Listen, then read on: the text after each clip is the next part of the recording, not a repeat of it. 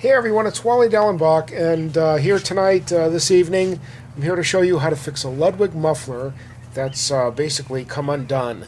And what you'll see, even if they're, before I get ahead of myself, even if you have one that's not might be moved off to the side like this and still attached, you can still use a heat gun right here and heat this thing up and slide it over to make it back to neat. So this one, unfortunately, when I got it, was unattached. And what I'm going to do here, so you can see that, can you see this? Okay, we can see that. And just try to make a visual comparison here. If you look at this, you'll notice there's plenty of glue down here, and it's a little bit sparse up here on top.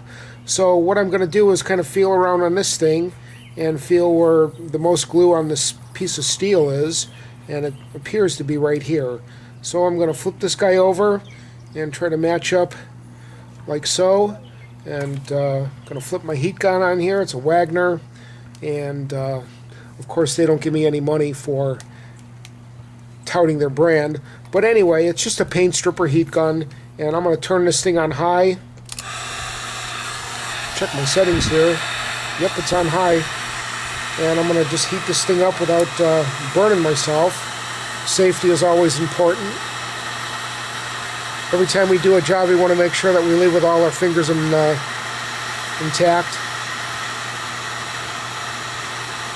What I want to do is I want to heat this thing up until I actually kind of start to smell it burn a little bit.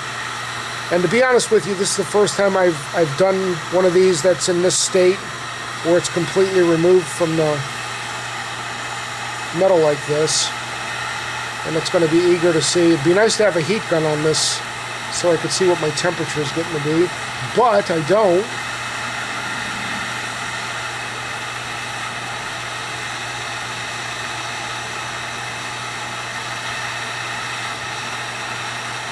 Some leather gloves probably would have been good for safety reasons. Okay, I'm starting to get a little smell of the heat interacting and melting the glue. I don't want this thing to spontaneously combust.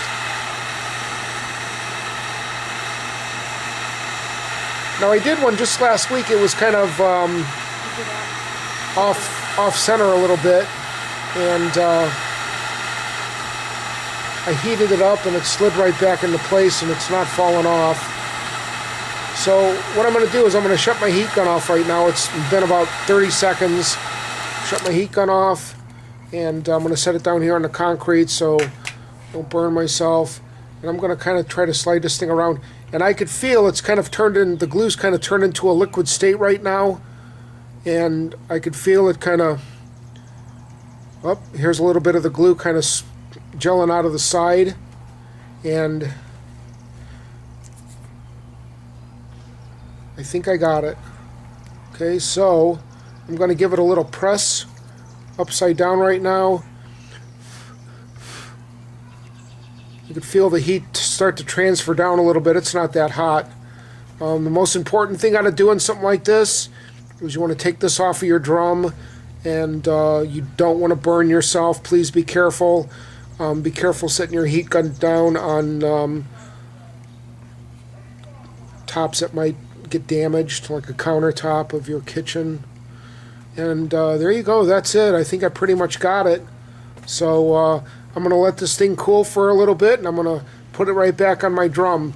Now, one thing you'll notice about the newer Ludwig tone controls versus the old ones is that the newer ones are a little bit thinner, and you can see this one's a little bit thinner, and to me these cause a little bit of a problem because to get them to contact with your head, you've really got to crank them up tight, and they're really only touching up here about a third of the muffler. Now with the older Chicago ones, of course the felt was a little bit thicker, and when they raised up to meet your drum head, they were nice and flush parallel with your drum head.